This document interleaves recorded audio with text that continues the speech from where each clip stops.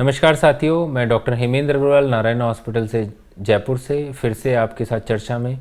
Last videos में हम कुछ चर्चा कर रहे थे मेनिस्कल इंजरीज़ के बारे में। As a sports injury specialist उसी चर्चा को आगे लेके जाते हैं और मेनिस्कल ट्रीटमेंट के बारे में इस वीडियो में चर्चा करते हैं। जब भी मेनिस्कल इंजरी हुई, आपके डॉक्टर ने एमआरआई कराई, एमआरआई में स्पष्ट हुआ कि आपको मेनिस्कस की चोट है। वो उसका ट्रीटमेंट क्या होगा, कैसे उसका आगे लेके जाना है, उसमें क्या प्रोसीजर होना है या कंजर्वेटिव रहना है, इस बारे में हम इस वीडियो में चर्चा करेंगे। देखो, जब भी मेनिस्कल की चोट हुई तो वो डिपेंड करती है कि किस एरिया में वो फॉल करती है। अगर वो रेड जोन में है या वाइट जोन में है या बीच की मिडल पिंक जोन में है, ये जगह डिसाइड करेगी कि उसको हमें क्या करना है, और एक आपके सिम्टम्स डिसाइड करेंगे कि क्या करना है। एक्यूटली जब भी आपको शुरुआत में इंजरी हुई, अगर सबसे पहले मैं बात करता हूँ, अगर वो रेड जोन में है, रेड जोन मतलब आउटर जोन वस्कुलर होती है, उसमें ब्लड सप्लाई होती है तो उसका हीलिंग पोटेंशियल ज़्यादा होता है, और अगर उसमें चोट लगती है तो मैक्सिमम मेनिस्कस के फ्रेगमेंट को अफेक्ट करेगी यूजुअली। और अगर इनर जोन में है, वाइट जोन में है, वाइट जोन में अगर कोई भी इंजरी होती है तो बहुत इनर पार्ट पे अफेक्ट करती है, तो उसका ट्रीटमेंट गाइडलाइन डिफरेंट होती है। जब भी इनर जोन में चोट लगी, ब्लड वेस्कुलर की सप्लाई बहुत ही कम है, वाइट जोन में सप्लाई नहीं है, तो अगर आपको पेनफुल कंडीशन है, आपको तकलीफ़ हो रही है, तो हम यूजुअली उस छोटे टीयर को आर्थ्रोस्कोपी की मदद से ठीक करते हैं। आर्थ्रोस्कोपी मीन्स दूरबीन की मदद से उसको उस फ्रेगमेंट को हटाया जाता है, जिसे मेनिस्कस बैलेंसिंग पार्शियल मेनिसेक्टोमी टर्मिनोलॉजी कहा जाता है। यूजुअली उसमें क्या हुआ कि जो छोटा टॉर्न फ्रेगमेंट है उसको हमने एक राउंड शेप दे दी ताकि वो आगे एक्सटेंड ना करे। अगर आप उसे नहीं करते हैं तो क्या होता है कि वो जो टीयर है वो माइग्रेट होकर अंदर तक बढ़ेगा, अंदर तक बढ़ के वो रेड जोन तक पहुंच जाएगा और मैक्सिमम मेनिस्कस को इंजर करेगा। इसीलिए जब भी वाइट जोन में कोई टॉर्न फ्रेगमेंट है तो उसको तुरंत बैलेंस करके उसको वहीं रोक देना बेहतर है। अब अगर ये आप नहीं कराते हैं, आप ये सोचते हैं कि सर नहीं, मेरे को तो कोई सर्जरी नहीं करानी है और मेरे को इसमें आदमी को मेनली पेन ज़्यादा फील भी नहीं होता, तो मुझे क्या करना चाहिए।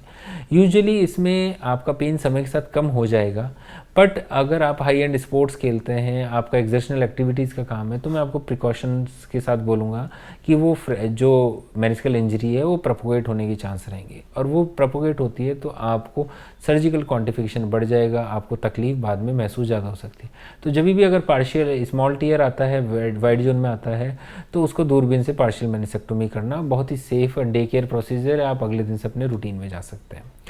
अब इम्पॉर्टेंट पॉइंट है कि अगर बड़ा फ्रेगमेंट है, रेड जोन में आ रहा है, तो आपको क्या करना है।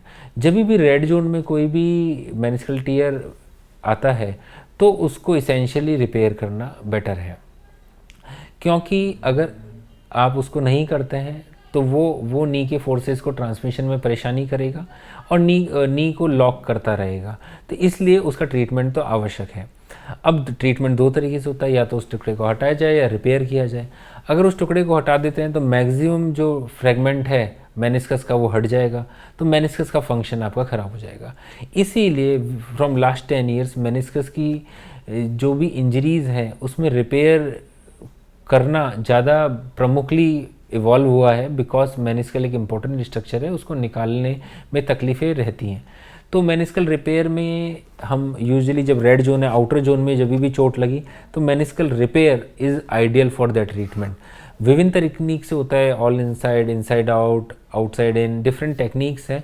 वो according to injury pattern, according to your surgical skill of your surgeon, वो आपसे डिस्कस करते हैं वो। पर इम्पॉर्टेंट है मेनिस्कल के रिपेयर। मेनिस्कल रिपेयर अगर होता है तो आपकी जो इंजरी से जो क्षति पहुंची वो ख़त्म हो जाएगी, मेनिस्कस आपस में दोबारा से जुड़ सकता है और आप पहले की तरह नॉर्मल हो जाएंगे।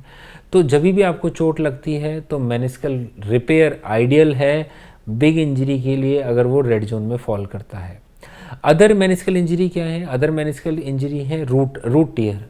ये पिछले 10 साल में बहुत इवॉल्व हुई है साइंस कि अगर मेनिस्कल रूट क्या होती है, जो मेनिस्कस का ये जो पार्ट है, एक आगे वाला एक पीछे वाला, इसको हम रूट्स कहते हैं, जो नीचे की टीबिया वाली हड्डी से चिपकी रहती हैं, जिसे एक जैसे पेड़ का तना नीचे वाली ज़मीन से रूट से चिपका रहता है। अब कई बार जब हाई एंड ट्रॉमा हुआ तो वो रूट से ही अवल्ज हो गया, मेनिस्कल रूट से अवल्ज हुआ और एक्सट्रूड हो गया, मतलब जॉइंट के बाहर ही आ गया, बिकॉज नीचे वाला फोर्स उसका ख़त्म हो गया। ये तो आइडियली रूट रिपेयर उसका होना चाहिए।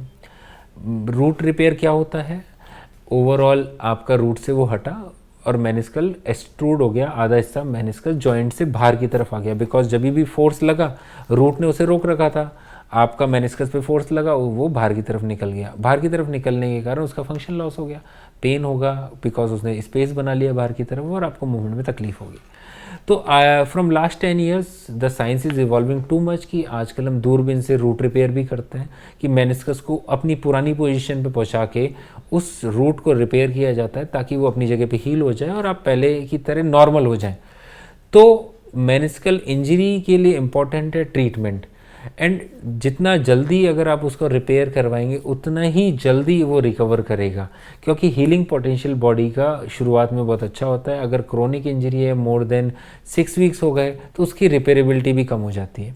इसीलिए मैं आप लोगों को ये सलाह देना चाहूँगा कि जब भी शुरुआत में चोट लगती है तो आप तुरंत स्पोर्ट्स इंजरी स्पेशलिस्ट के पास जाएं, वो असेस करें, एमआरआई में अगर मेनिस्कल इंजरी आती है तो उसका ट्रीटमेंट लें।